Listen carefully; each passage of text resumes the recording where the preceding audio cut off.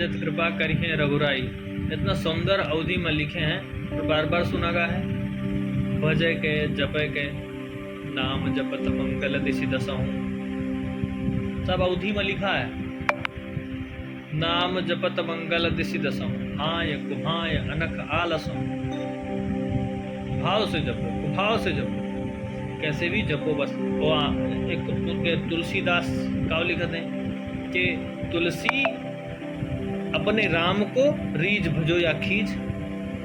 यही तो, तुलसी अपने राम को रीझ भजो या खींच, और भूमि फेंके उपजेंगे उल्टे सीधे बीज।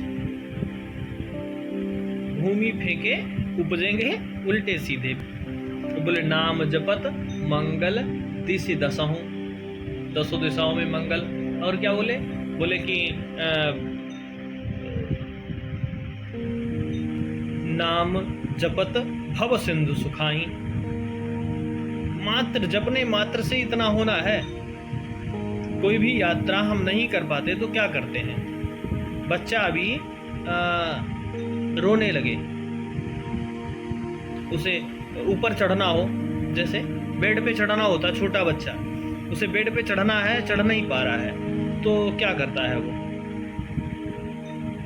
पहले तो चढ़ने का प्रयास एक दो बार करता है, या फिर जो ज्यादा सयाना लड़का होता है, सयाना बच्चा होता है, तो वो तुरंत ऊपर, मतलब मुझे ऊपर चढ़ाओ, इशारा करता है। वो बार बार अपनी भाषा में वो प्रार्थना करता है, वो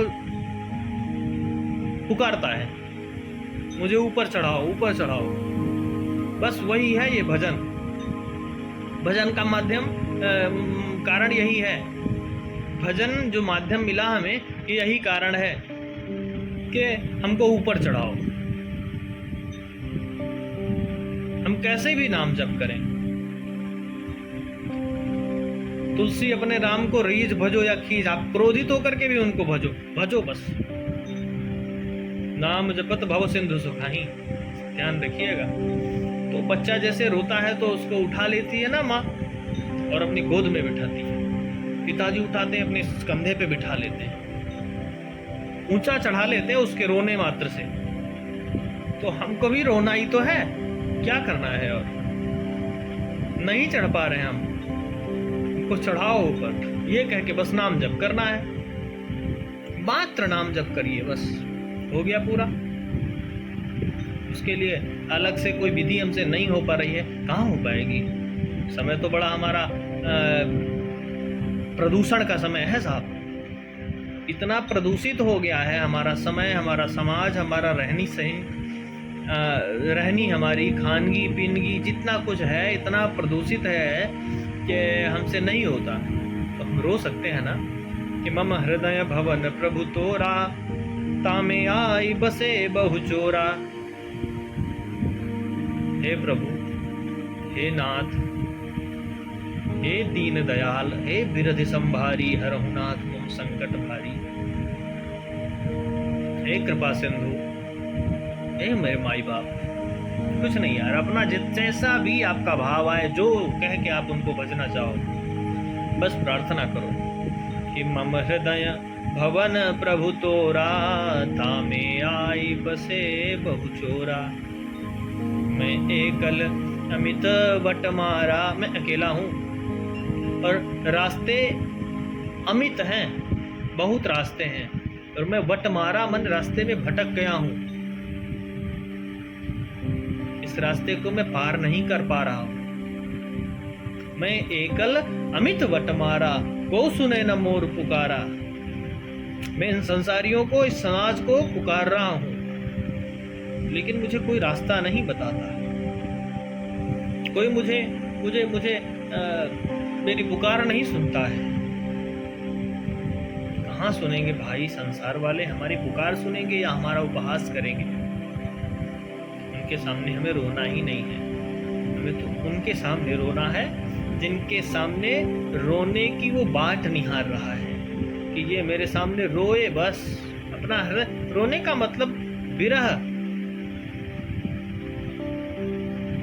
निष्काम भाव से उसे प्राप्त करने की विरह हो हमारे हृदय में कि बस अब विषय तो हमारे रहे नहीं, है नहीं, रह सकते नहीं। जो मुझे मिलेंगे विषय भोग करने के लिए, भोग करके फिर वो नाश की तरफ ही जा रहे हैं। तो ये विषय हमारे लिए नहीं है। फिर क्या कि मैं एकल अमित बट मारा, को सुने न मोर पुकारा।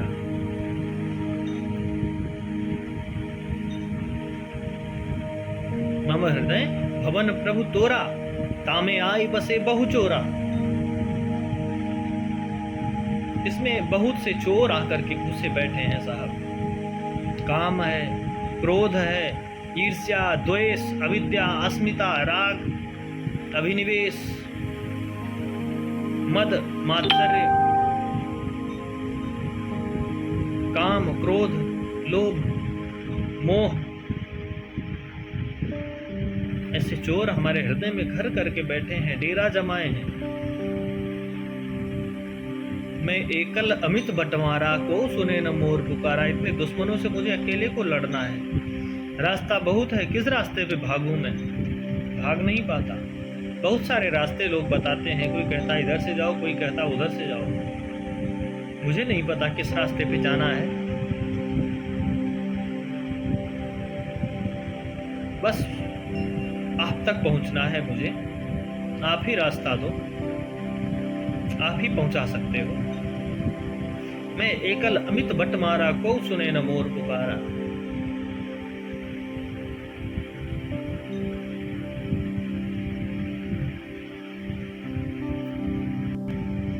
अपने नहीं नाथ उबारा। अपने स्वयं चाहकर भी मैं उबर नहीं सकता हूं। हे रघुनायक, तुम ही करो सहारा। आप ही मुझे उठाओ, आप ही मुझे बचाओ। ऐसी प्रार्थना आर्तभाव से, हृदय से ऐसी उद्गार, ऐसी प्रार्थना निकले गुरु के प्रति, ईश्वर के प्रति, जिसे भी मानते हैं हम, जो हमारे हृदय में, हमारे दिल में जिसके लिए भी मान है, जिसके लिए भी हमारे हृदय में गुरुत्व है।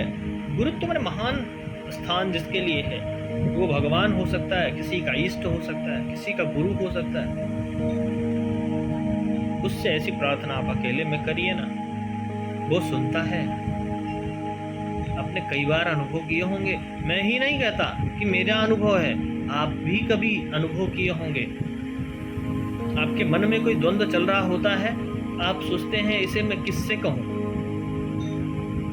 और कहना नहीं पड़ता, उसका जवाब किसी ना किसी माध्यम से, किसी ना किसी के मुख से निकाल देता है वो अंतर्यामी। उससे आपने नहीं कहा, किसी से आपने नहीं कहा, फिर भी आपके हृदय में जो बैठा उसने तो सुना न, कि किसी ने आर्तभाव से, किसी ने हृदय से मुझसे प्रार्थना की है। उसका सॉल्यूशन, उसका वो समाधान किसी ना किसी माध्यम से, किसी ना किसी को निमित्त बना करके हमें प्रदान करता है प्रभु।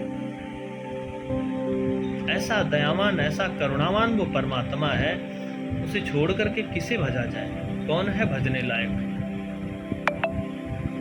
कहा है कि भजत कृपा करी है रघुराई।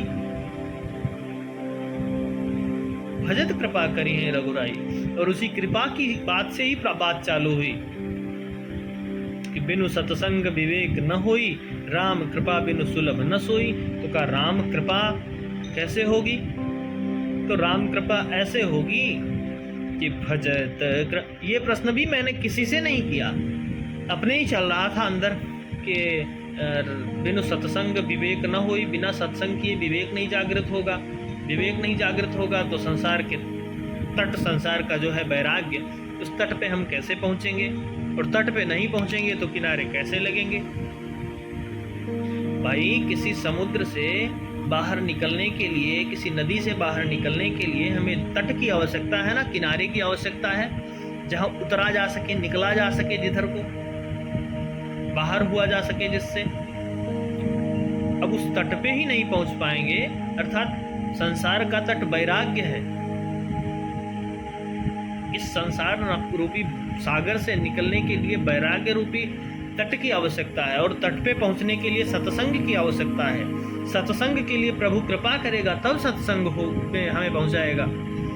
सत्संग और गुरु के संग में तभी वो पहुंचाएगा। और सत्संग कैसे मिले?